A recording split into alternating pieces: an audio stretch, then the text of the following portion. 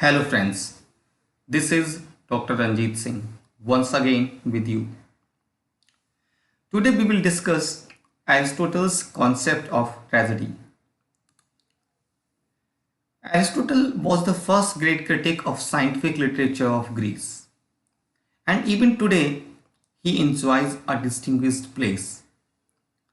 His masterpiece treatise is known by the title of Poetics on literary criticism. Poetics is divided into 6 parts and 26 chapters on epic poetry and tragic drama. In the first part, there are 5 chapters. The first 5 chapters of the book are related with the criticism of tragedy, comedy, and imitation. In part 2, there are next 14 chapters from chapter 6 to chapter 19. So these 14 chapters are related mainly and solely with the criticism of tragedy. Part 3 contains only 3 chapters. Chapter 20 from chapter number 20 to chapter 22. These 3 chapters are chiefly related with criticism and discussion about poetic diction, vocabulary, and style. Part 4. In part 4, there is only one chapter, chapter number 23. This chapter number 23 contains the criticism and discussion on narrative poetry and tragedy as a whole. Part 5.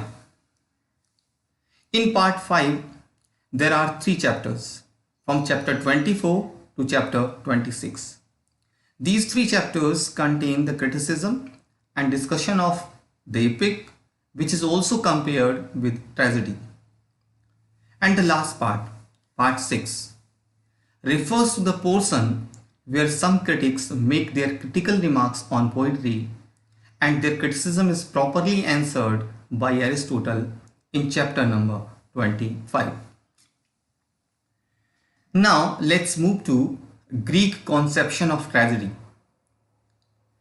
It is necessary at the very outset to remember that the Greek conception of tragedy was different from ours. In the modern ages, tragedy means a drama with an unhappy ending and disastrous enough to have tragic effect. But the origin of the term tragedy is not too clear.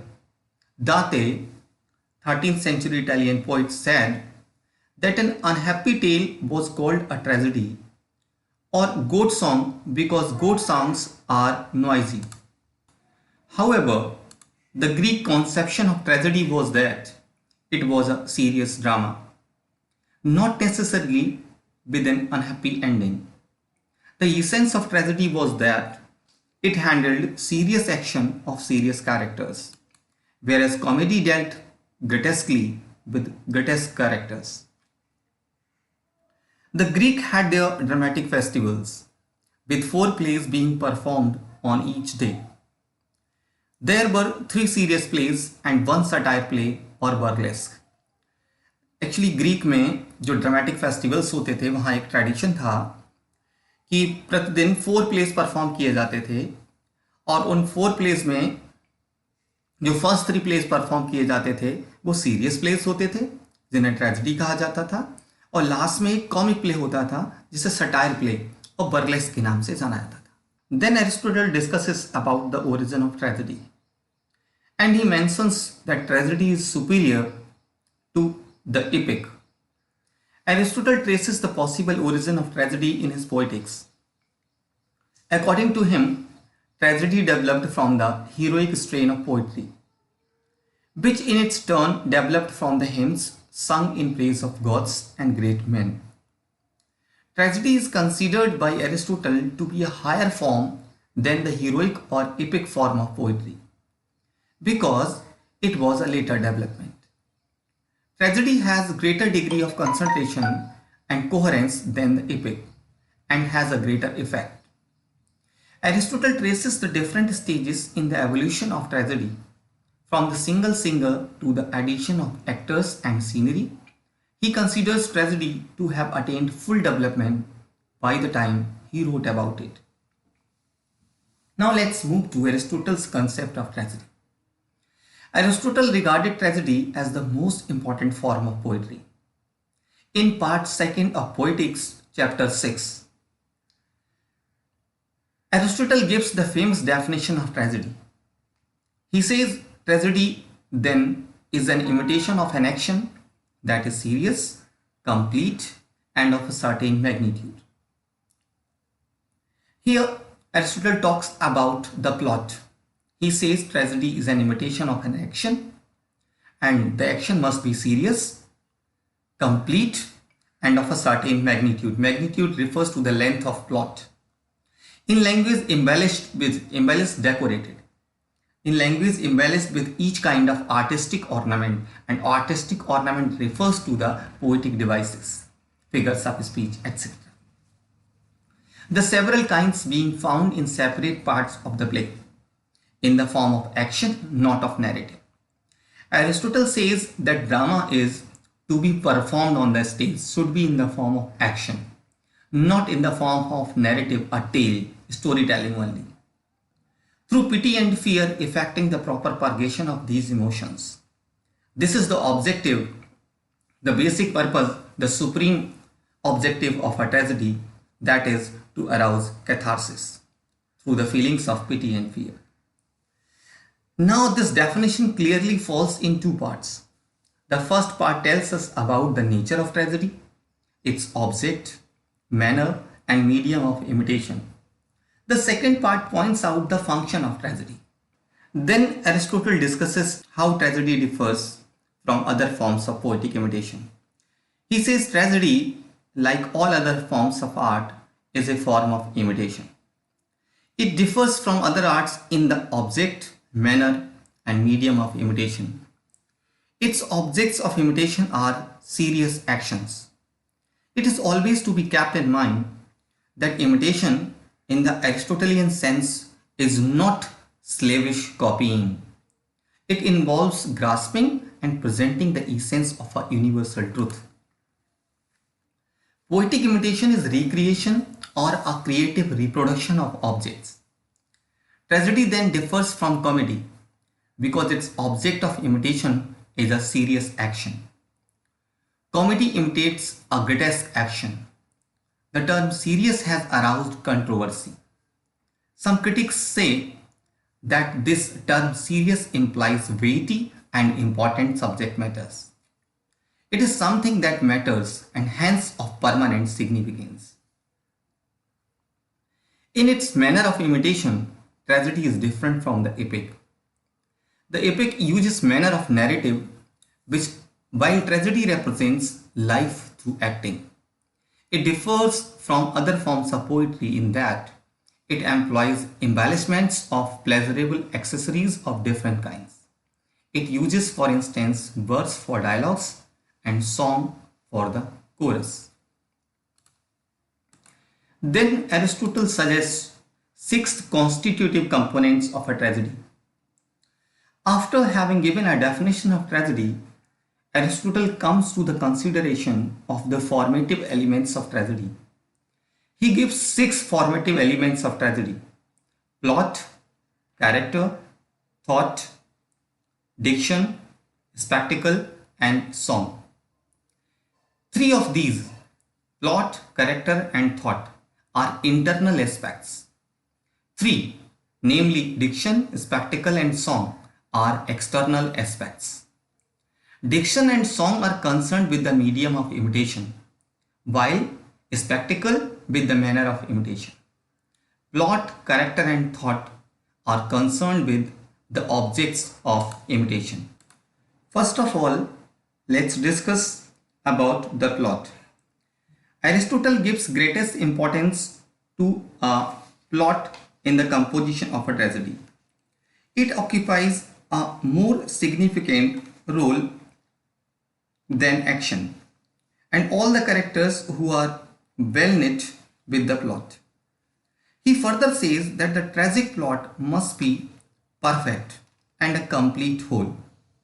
It is very necessary for an ideal plot to have a beginning, middle, and a clear-cut end. The earlier parts of the story must be well coordinated with the coming events. Regarding the proper role of a good plot in a tragedy, O.B. Hadishan, a very popular critic, says, "The beginning of a plot is the incident which imitates a process of change, and this process concludes with the end of the tragedy." According to Aristotle, the tragedy shows a clear change from the situation of happiness to that of sorrow and suffering. The middle part of a plot is based on the foregone situation and is followed by the final tragedy. The end of a tragedy clearly leaves the tragic situation touching and impressive to all readers. According to Aristotle, an ideal plot should possess order, symmetry, and a certain magnitude. Magnitude refers to size as the story needs. It should be as long as the situation for the change from happiness to tragedy demands. A number of events should take place between the two parts, ends of the plot. The magnitude of a plot is based on its action, which should be developed in a logical way. Aristotle compares plot to a living organism. He says, just as the parts of a living organism must be probably related to each other and to the whole, in the same way, the part of a tragedy should relate to one another and produce a unified effect. Each event should further the action, and no part should be superfluous or irrelevant. If any part can be removed without damaging the effect of the work, then the part is superfluous.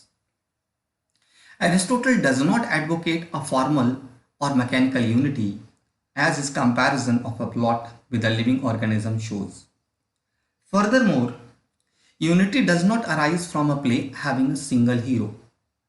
A single person may experience several incidents, all of which cannot and should not be presented in one play.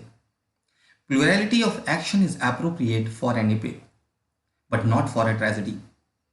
Thus, the tragic poet should select and arrange his material to give it artistic unity.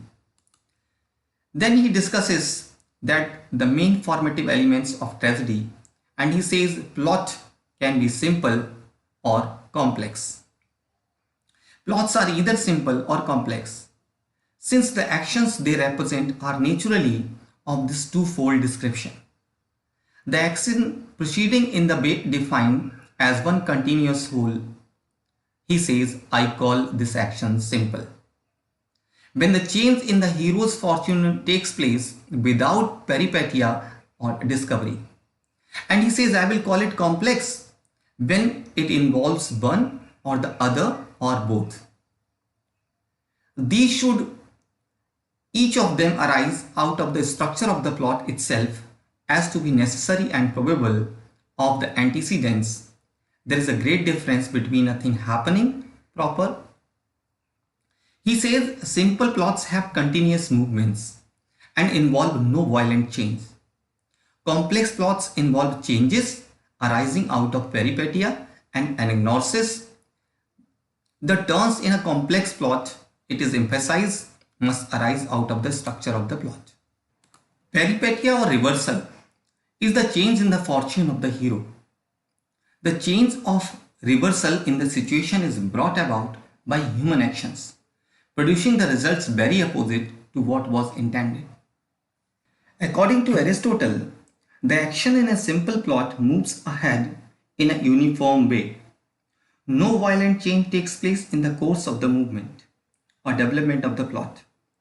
A simple plot does not contain peripetia or anagnosis.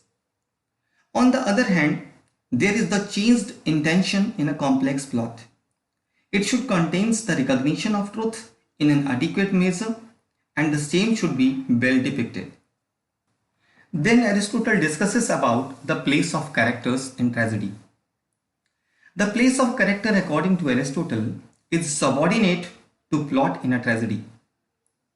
He says there can be a tragedy without characters, but none without plot.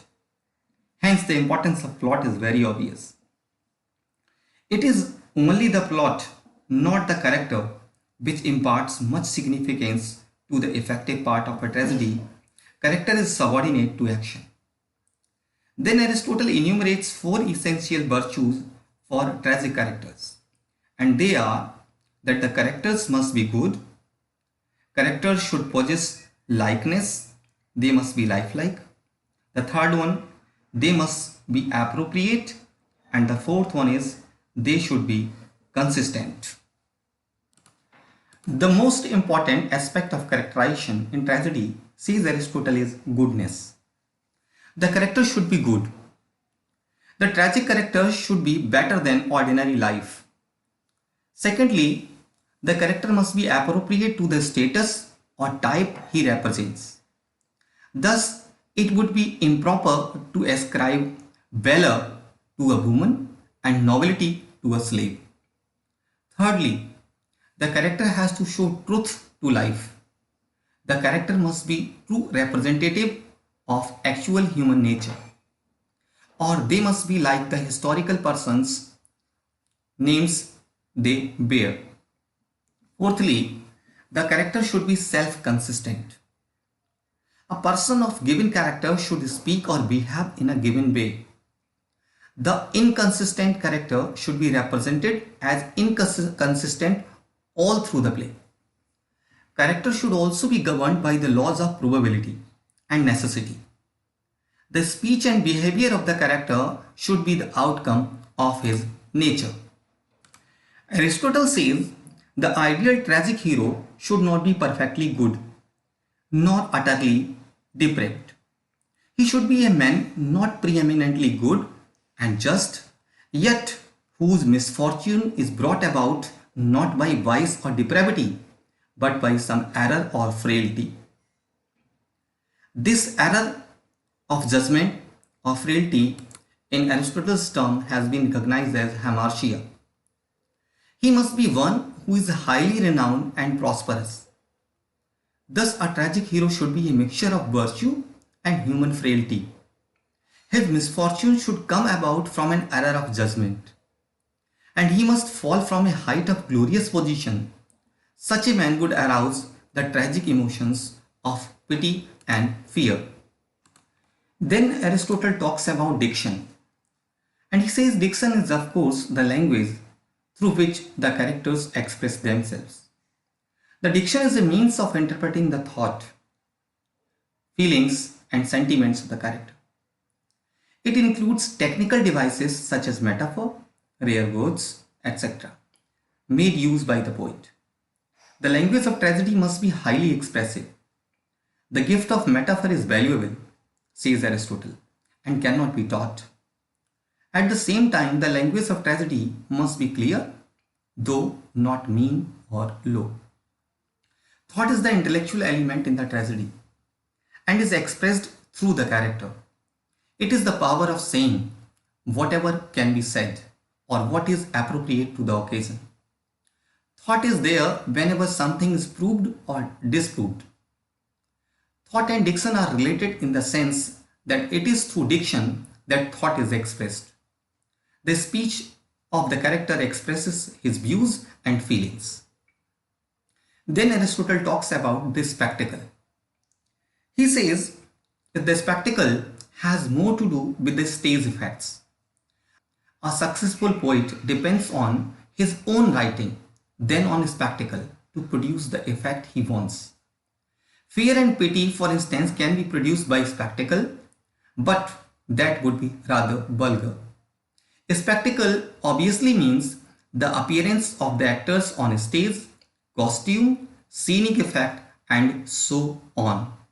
Then Aristotle discusses about the song and the melody.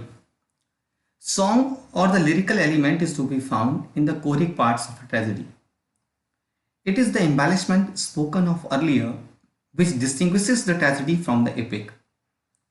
The songs and dialogues sung out loud would pin the attention of the spectators in the vast Greek theatre on the spectacle. Spur their imagination, sustain the illusion of reality, and move them to tears and transport. Then Aristotle lays due stress on the unity of action, which increases the tragic effect. On the other hand, divided or several actions mar the tragic effect. To produce the maximum effect, it is highly essential that all incidents must be closely coordinated. So it is very essential for a great man of letters, the writer, to maintain the unities of time, place, and action, well knit together to produce the greatest effect. But Aristotle basically focuses on the unity of action. Then Aristotle talks about the pleasure we derive from tragedy. He says it is only the form of tragedy which affords far more aesthetic and realistic pleasure than other forms of the poetry. Such pleasure may be felt by different men or women where needs of morality are well satisfied. There is much emotional effect in the tragic poetry. Aristotle says the first and most important goal of tragedy is to provide aesthetic pleasure to its readers, who can get it when the indispensable conditions of morality are duly recognized and satisfied. It was Aristotle who had well understood the value of aesthetic effects of poetry. He was more concerned with the emotional glory of tragedy. The sources of aesthetic pleasure, according to Aristotle, in a tragedy, such pleasure may be derived from the human instincts of imitation, which is natural in almost all men, women, and children. A true tragedy is closely related with the natural instinct of imitation. Verse and rhythm also add to tragic or aesthetic pleasure. Tragedy affords hearty or catharsis of the emotions of pity and fear. In fact, tragedy is directly and closely related with the pain, sorrow, and sufferings of human life. Tragedy gives such true pleasure when we smile by shedding our tears. Such pleasure arouses inner illumination. All such elements of tragedy unitedly give us both joy and woe in true sense. Hence we discussed that in his concept of tragedy, Aristotle laid the main stress on the supreme significance of the plot in the tragedy. But he did not ignore the characterization altogether. In fact, both plot and characters are important for a tragedy, and the modern critics hold the same view. So this is all for today's discussion about Aristotle's concept of tragedy. Thank you.